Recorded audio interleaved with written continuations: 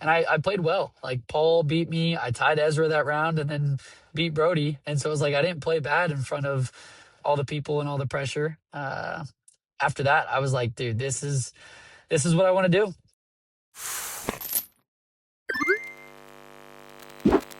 Welcome back, everyone, to Understable Discourse, and I've got something really special for you today. I have sat down with Jaden Rye. You know, if you don't know who Jaden Rye is, he's kind of the man on campus right now, literally and figuratively. Just signed a deal with Emporia State University to go back and play for the spring semester, made a big splash on tour last year, and he is a new member of Team DGA.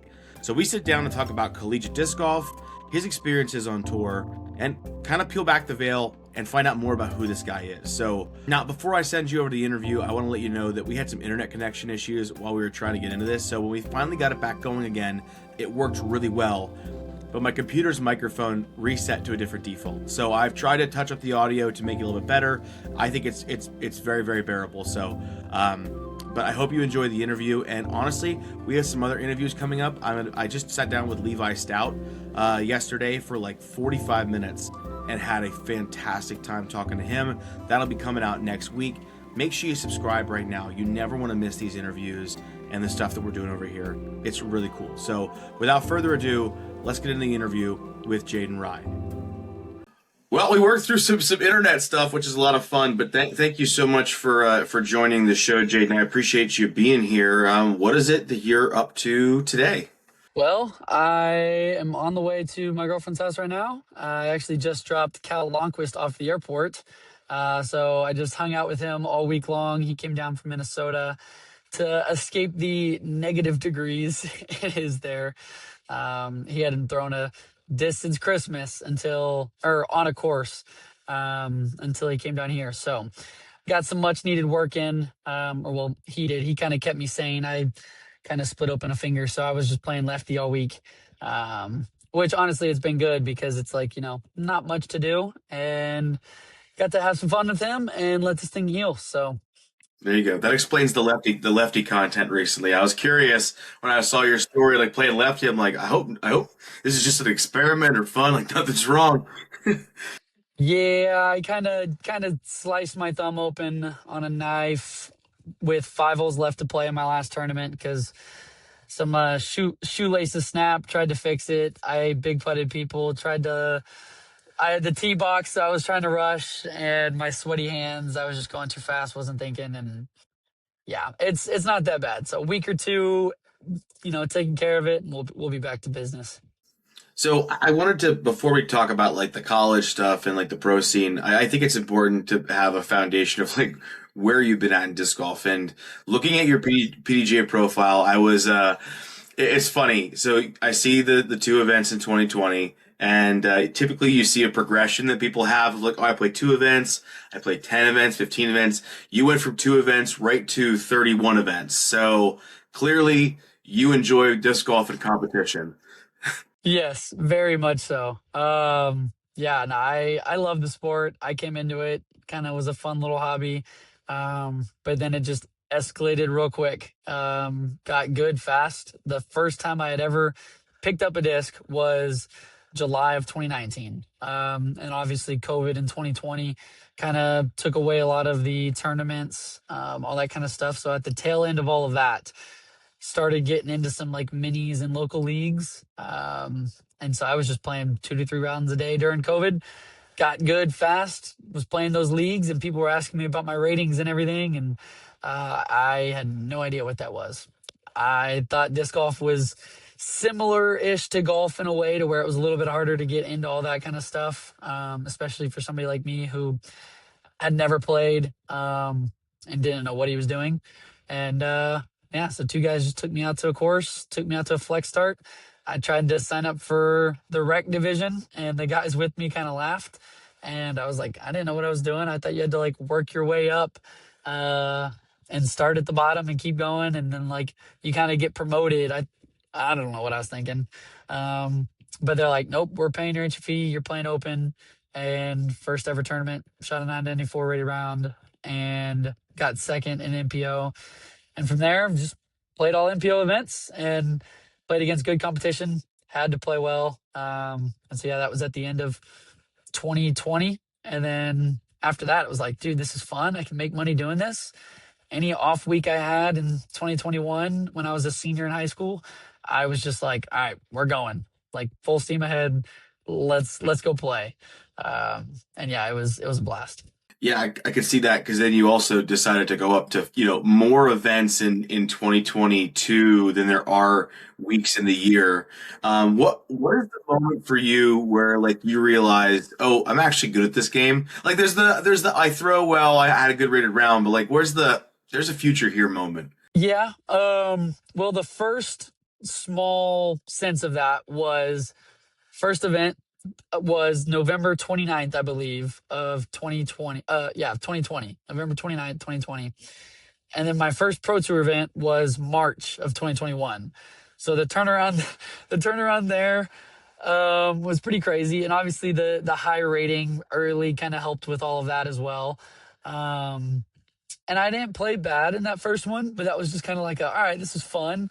I think I can like keep doing this. Like I've only been playing for 4 months at the time.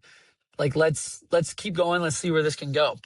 And so it was at that same tournament a year later, the Open at Belton in Belton, Texas.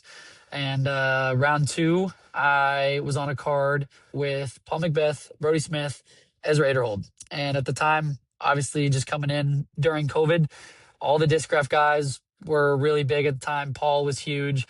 And so those were a lot of the guys that I was kind of like looking up to in the sport coming into it. And then next thing you know, boom, I'm on a card with all of them, 500, 400 people following us. And we're on the eighth card, and we've got more people following us than the lead card. And so after that, I was like, you know what? This is what I want to do. And I played well. Like Paul beat me. I tied Ezra that round and then beat Brody. And so it was like I didn't play bad in front of all the people and all the pressure. After that, I was like, dude, this is what I want to do. And I had played 16 years of soccer, was playing in college at the time. And after that tournament, went up to my coach and was like, hey, this is what I want to do. This is what I want to focus my life on. I have more fun playing it. I'm already making fun or making more money playing it. And so it was just something that I wanted to focus on. But I was only a freshman in college, so I was gonna stick to college and finish that out before jumping on the road full time. Yeah, let's talk about that because I think a lot of people will naturally go, "Oh, I'm really good at this. Let me dive into the pro tour and get on tour, all that kind of stuff." But you kind of made a point to play college disc golf, but it sounds like your situation with college disc golf was a little bit unique. Can you tell me more about that? Yeah, absolutely. Well, first off, I went to a school that didn't have a program there at all my freshman year. So me and one of my buddies, and then two other freshmen, we got together, made a team. So there was four of us total on the team, and we were all four freshmen. And we started a club together and got it going. And we played in like our regional thing that semester, was good. But then by the time we got to nationals that next spring, I was ineligible with the old rule, like made too much money within a calendar year.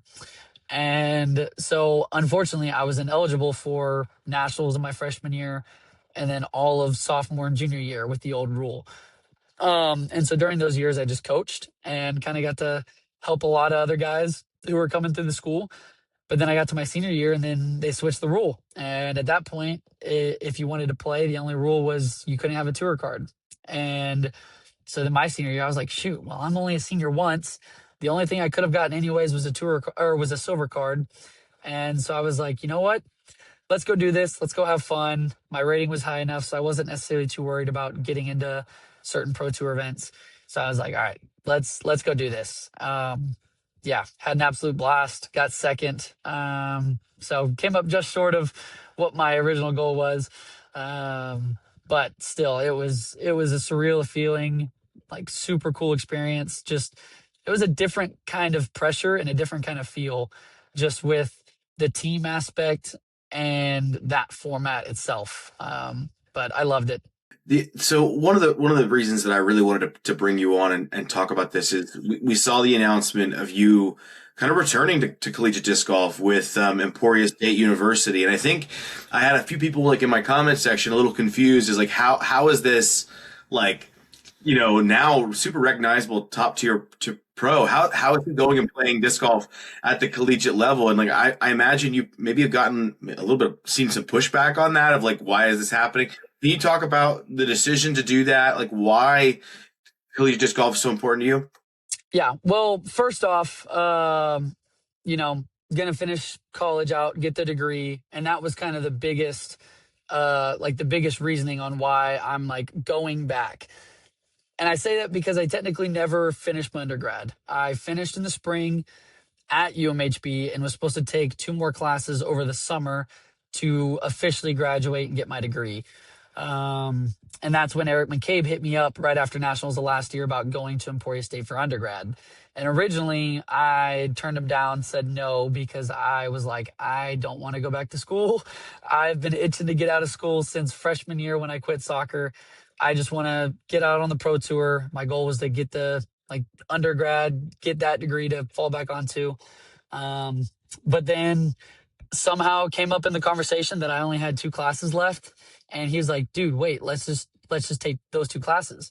And so right now I'm taking those two classes online, so that way I can still tour and still get my undergrad stuff done. But then because of that, the other reason why for me it was a no brainer to go back was because if I were to have taken those classes through MHB, I would have been another like 6 to 7 grand alone, just with the classes itself. Not to mention any of the housing or it would have been online stuff, but any of the other extra stuff that came along with it, plus the extra $800 for the tour card.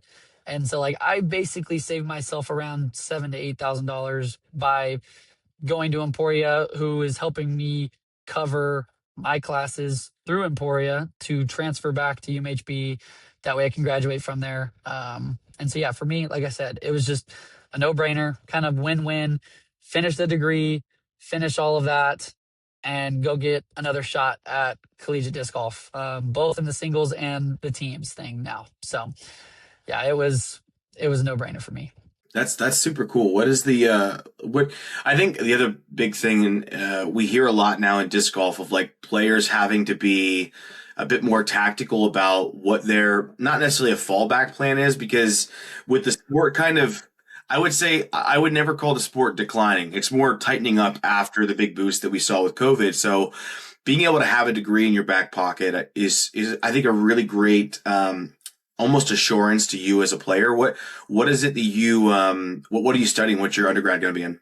I got my, or will get my undergrad in sport management with a minor in business. So nice, yeah, nice and broad. I can do kind of whatever I feel like doing with it in the sports world. But if I'm not going to be playing sports, I'm going to be working in sports in some way, shape, or form. So I've grown up around it my entire life. Like I said, played 16 years of soccer, played a bunch of other sports. My family grew up in sports, like work in sports now, and so it's in my blood. What when you see that someone went to a college that didn't have a disc golf program and made the disc golf program, being the president of the club, I think that leans very heavily into this person has a definite knack for sports management, especially with the business stuff. So that tracks really well. Um, when I think about college disc golf, we talk a lot about how do we grow the sport of disc golf? So how do we get more people to play, build it up? And there's always the conversation about what that means on the pro side. But there's also the conversation of what that means within the sport itself. And we hear a lot that the biggest way we can do that is to get disc golf in schools. And we see that through, what the Reddings are doing with the Edge Foundation, getting it in schools. I know that the Saki Bomb Foundation does that kind of stuff too. But we don't often talk about the collegiate level, which I think is a great bridge to sort of showcase the legitimacy of our sport because we have a college program. We're showing people that there is a career opportunity within disc golf and it's a legitimate sport. So my broader question is why should people play and then ultimately why should people care about and watch collegiate disc golf? Yeah.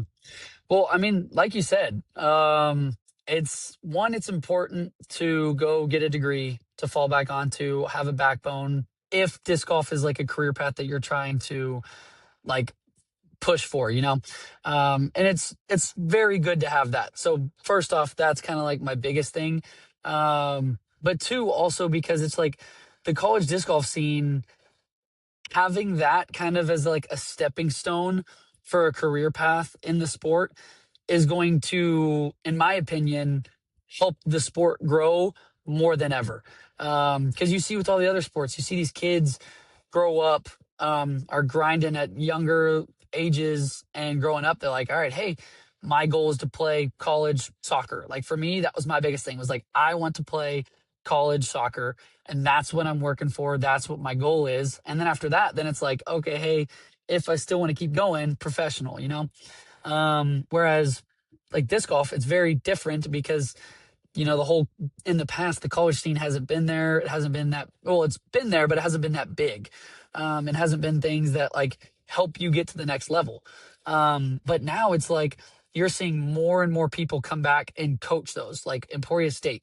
You've got Eric McCabe, world champion, coming back and who is coaching these people. So if you've got like a MA2, MA1 kind of guy who's not your pro tour caliber player, you go to school. One, you could try and get some scholarships. That's a whole nother like conversation, trying to get some scholarships to help pay for school.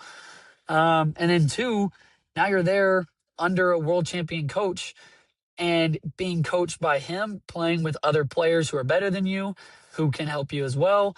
It's just like that's only going to make you a better player. And giving people the opportunity to go get some of their school paid for, go get coached by world champions or other like really top level touring pros. It just kind of, like I said, it helps you get into like the top tier level disc golf. And also just gives people the opportunity to, you know, be able to watch a different style of golf. Like, I don't know, like if you're super familiar with like the formats of it, or the people watching are super familiar with the formats, but it's like you got one singles round, and then after that it's three alternate shot best shot doubles. Like, it's a completely different format than your normal pro tour golf, and it's just entertaining. There's a lot more strategy that goes into it. There is a ton more like recruiting that needs to be done with it, because you can't just have one good player on your team carrying the team. Like, that's not going to work. You're not going to win doing that. And so for me, I just think it's, one, super fun as a player to be a part of, and two, super fun as a spectator. It just gives you something different to watch and enjoy. So the age old argument, if you're in a doubles pairing, is the first person playing aggressive, or are they playing conservative? I see. I like the first person to kind of be off the tee or up shots, be more a little bit safe, let the second guy go for it. And then, but for putts, full sends, because, you want your best putter, in my opinion. You want your best putter going first, keeping the putter warm all the time. And then if he misses, boom, basket, or if the disc stays close, boom, the other guy full sends as well. So that's my opinion on it. There we go. It's been settled, folks. No, I like that. I like that approach. That's very, very good. So transitioning from the collegiate side over to the professional side, that's like, when you think about and you look at players who have made big jumps, especially when you talk about 2024 to 2025, there are a few players that kind of come to mind as like, wow, that's a huge, massive movement. You absolutely torched yourself in 2024, and your 2025 was fantastic. I think there were a couple really defining events for you in 2025. Can you talk about that a little bit? Yeah, absolutely. Yeah, 2025 was one heck of a year for sure. Like I said, kind of finished up what I thought was the last bit of my schooling in the spring, kind of in the earlier parts of the year. And you can kind of see that in my finishes. I still cashed it two of them, didn't cash it one. And it was, or three of them, cashed it, three of them, didn't cash in the other. So it was kind of just a bunch of like mid golf. And then after that, it was just like, all right, this is what I'm doing, like full steam ahead. And I tried to take the expectations out of it.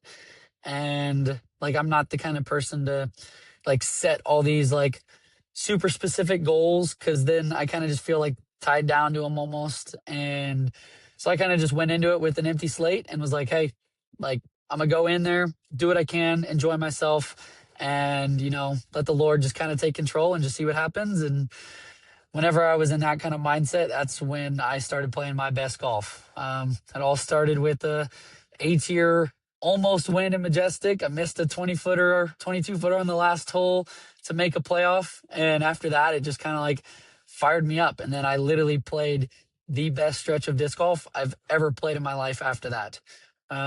Rattled off like a 10th place finish in Des Moines right after getting seventh the previous year. So like having that added pressure as well to just go back and follow that up.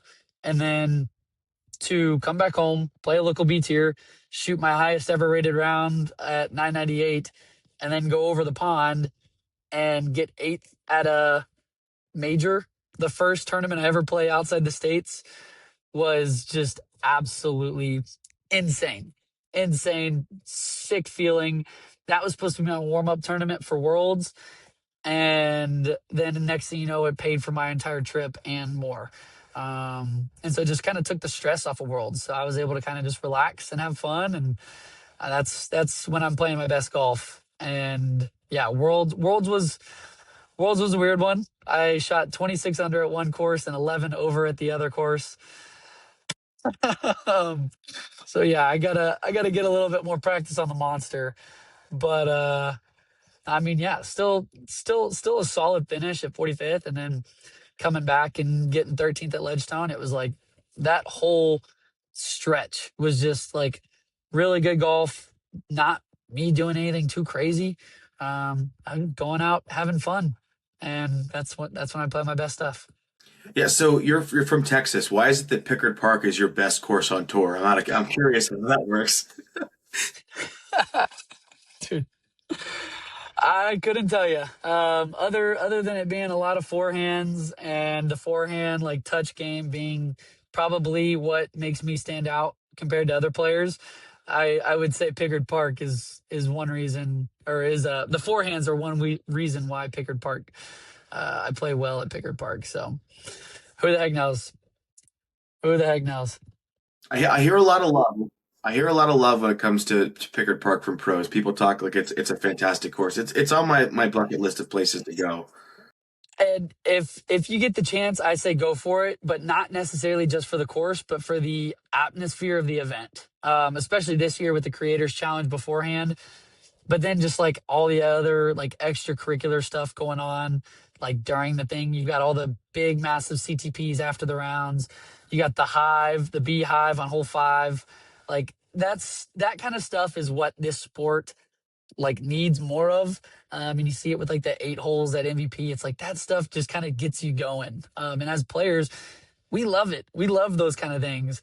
And then also just like the stuff after the round. Like I said, the ace pots, the kickball matches going on. Last year in 2024, it was over New Year, or not New Year's, 4th of July.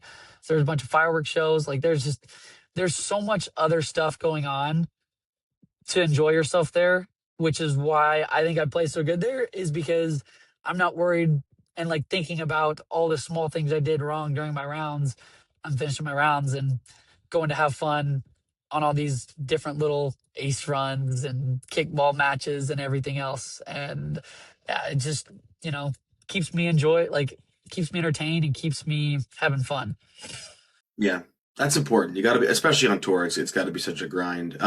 One of the other big things for you in 2025 was kind of, I would say, a big leap for you with sponsorships. As you know, you announced partnerships with Hooligan, Meridian, and Armory. And what was that like to feel like you now have these bigger companies, bigger names, kind of attaching themselves to you? Yeah. Well, first off, it was just perfect. I'm from the Dallas area. Garrett with Hooligan is 30 minutes from my house. And then I went to school in Belton, which is where Meridian is based out of. And so I'm super close with Peyton. While I was at school, we played all the time. And then the Armory guys are an hour and a half from Belton and College Station. And so it was just one big family all coming together as one to help support me and help basically just be able to make this dream a reality of jumping out on the road and making this a livelihood, because that's been my goal ever since freshman year of college. After that Belton tournament, I was like, this is what I want to do. I'm going to finish the school. I'm going to get out on the road and go try and make a living out of this. And if I don't, I got the degree in my back pocket to fall back onto. But those guys helped me out so much last year. And even though I'm not with them again this year, I would not be where I'm at this year without them, because they took a chance on me. They were the biggest reason I was able to get out to those events, be able to play them.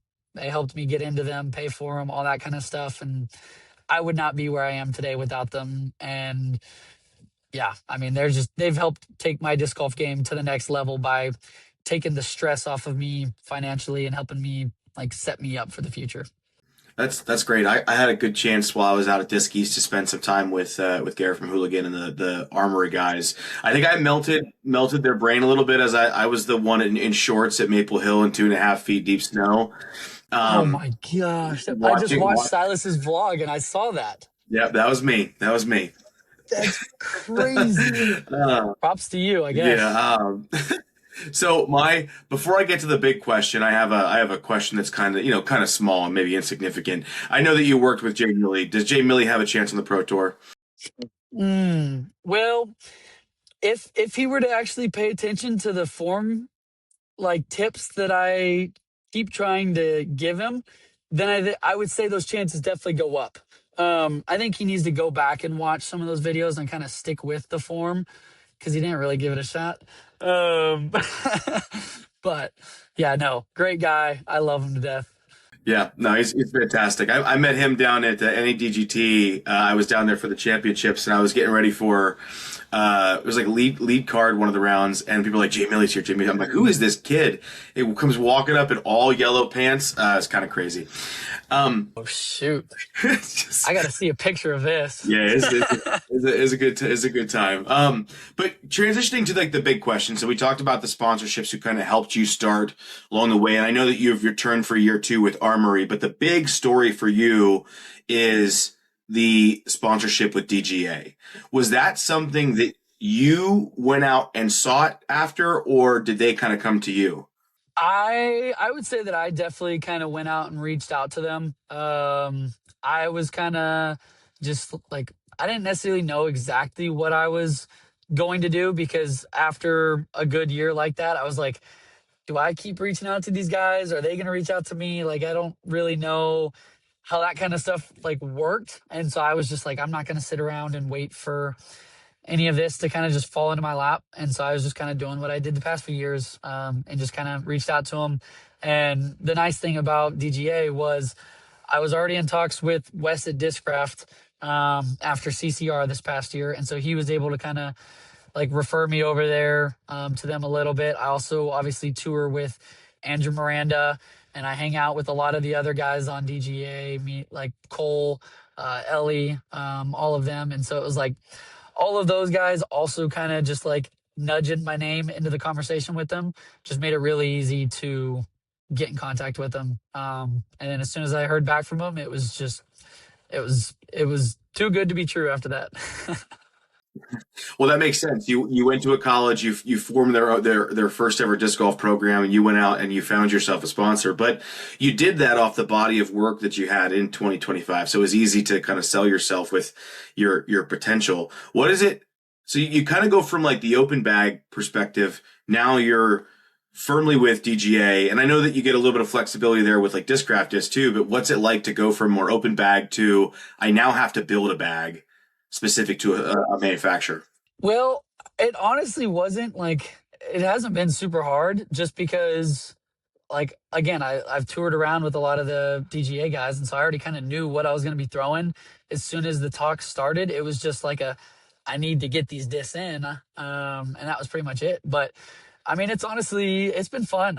I've felt like just kind of a kid in a candy store all over again, with discs getting shipped to me, open them up, and next you know, I'm just having fun feeling them, going out to the field, tossing them, and yeah, it's just a different kind of feeling. I mean, you hear Silas kind of talk about the exact same thing with his Switch, where it's just like dude, kid in a candy store having fun.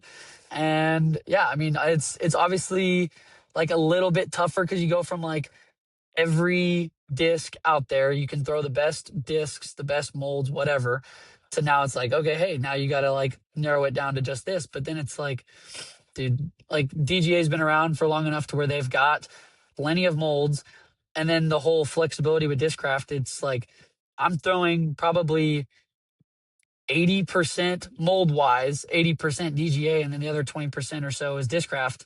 And my bag's already kind of like minimal mold wise. And so it's kind of like, all right, two of these discs, four distance driver of this mold. So that's why it's like, that's what I did last year with my open bag. That was just something that I like really focused on heavily last year was I have every disc in the world to choose from. I need to keep it simple so that way I'm not buying a bunch of frisbees, trying a bunch of new things every time, which again made it really easy for me to be able to switch over to an all DGA Discraft bag this year.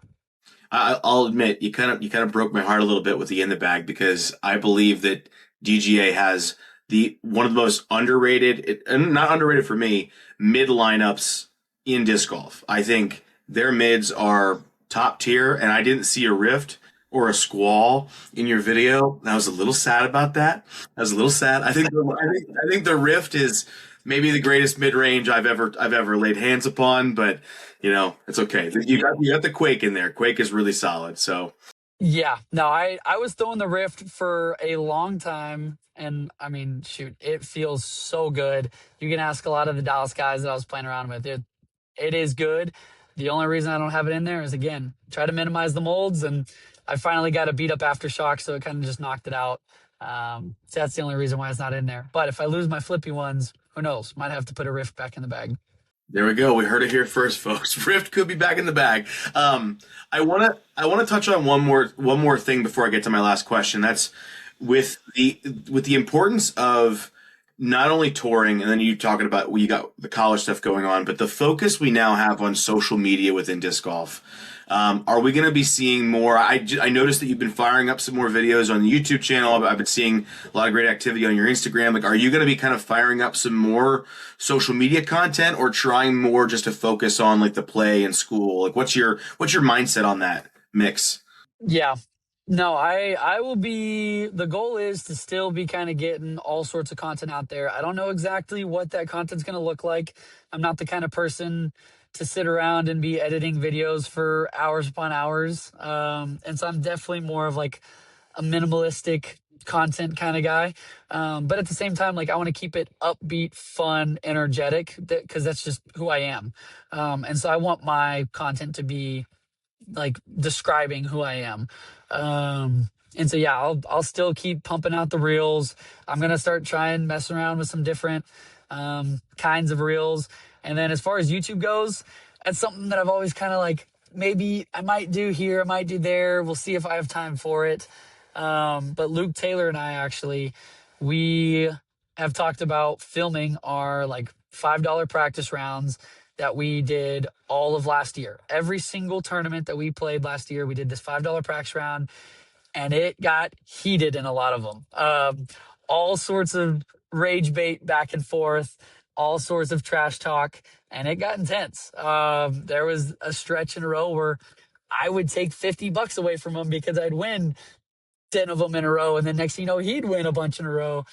So yeah, it got intense, and so we're like, hey, let's film them, put them up on YouTube, kind of like a Brody Ezra practice round reel type thing, or a Goose Ezra, sorry, practice round reel, but less talking about the holes itself and just kind of playing and more of that banter. So be on the lookout for some of that stuff. We don't know if it's going to be like a once a month type thing or a bi-weekly thing or a weekly thing. Who knows? We're just going to kind of mess around with it and see where it goes and see what the people like and just kind of keep going from there. That sounds like a lot of fun, and you definitely have like the personality where I'd be entertained to watch. I'll be watching for sure. My last question is expectations for 2026. You finished 48th on tour. in 2025? What is the, like, we always want to say, oh yeah, I'm going to go out, I'm going to win this event, I'm going to shoot for the moon. What's the realistic, like, number you'd be very satisfied with in terms of your personal growth on tour if you can get to this year? Yeah. I mean, I haven't necessarily thought of like a specific number simply just because kind of like what I said earlier, I haven't been the kind of person to like tie down certain goals, but at the same time, if I had to choose, definitely, what is it, top 36? Is that Pro Tour Championships? Whatever that is. Um, if not top 25 for sure. Like I believe I've got what it takes to be a top 25, top 20, even top 15 golfer in the world. I just got to go out there and stay consistent all year long and prove that I am. So, Well, I believe you can do it. I know a lot of people watching and people who got really excited that you were going to be coming on the show were they're very very pro you being in the top 25. Before we head out, is there, where can people? Now I know this is we're a small channel over here, Understable Discourse. We're growing. We had a pop off video at 10K views a few weeks ago, so we're getting up there. But where can people, the dedicated people who watch this, where can they go find you, follow you, support you, all that stuff? yeah, my biggest things are Instagram, jt.rye. All my links to everything are in the little link tree in there. So you can find my YouTube in there. You can find my Facebook. You can find all the shops that I'm sponsored by, or all the like different people that I'm sponsored by that you can help support me, whether it's beef jerky, disc from Armory, or DGA, all that kind of stuff. Yeah, there's plenty of things on there that you can help support me. And yeah, anything helps and it means a lot. Perfect. Well, once again, thank you for coming on, Jaden. I really appreciate it. I'd love to have you back on in the future when you get that big win, when you win the collegiate major. I'd love to have you back on the show. Dude, absolutely. I look forward to it. Thanks for having me, Gary. All right, guys, that was our interview with Jaden. I hope you enjoyed it. He had a lot of really interesting things to talk about. I mean, imagine going to a college that doesn't have a sport and making that sport at that college happen. That's pretty wild. I think Jaden's going to have a fantastic year this year. Watching him pop off, he may just be the person taking down the collegiate national title, which I'd be really, really excited to see happen. And yeah, like I said, we've got another interview coming up next week with Levi Stout, the greatest disc golfer to ever come out of the Southern Hemisphere. And it's going to be fantastic. So make sure you subscribe. Leave a comment down below what you thought about Jaden's interview if you want to see him back on the show. And if there are people you'd like to see me sit down and do an interview with, let me know in the comments down below, and I'll reach out and we'll get them on here. But thanks again for listening. This has been Understable Discourse. Make sure you go watch some disc golf, go play some disc golf, and I'll see you next time, folks.